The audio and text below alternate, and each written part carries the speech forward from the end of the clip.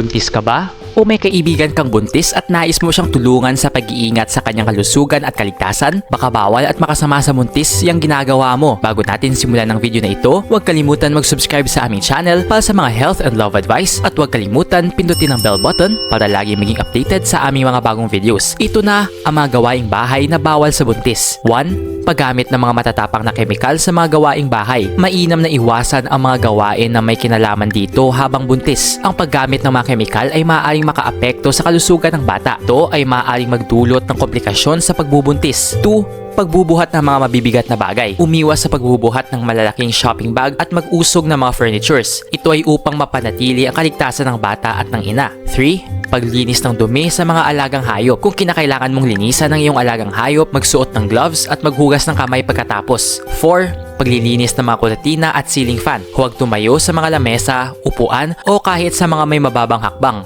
5. Pagmamap at pagwawalis. Kung kinakailangan mong magmap at magwalis, siguraduhin magpahinga ng madalas. 6. Paglilinis ng bintana. Iwasan ang mga matatapang na panlinis ng salamin at gumamit na lang ng basang-basahan upang punasan ng bintana. 7. Paghuhugas ng pinggan. Tandaan lamang na magsuot ng gloves dahil sensitibo ang iyong balat habang buntis. 8. Mag-vacuum.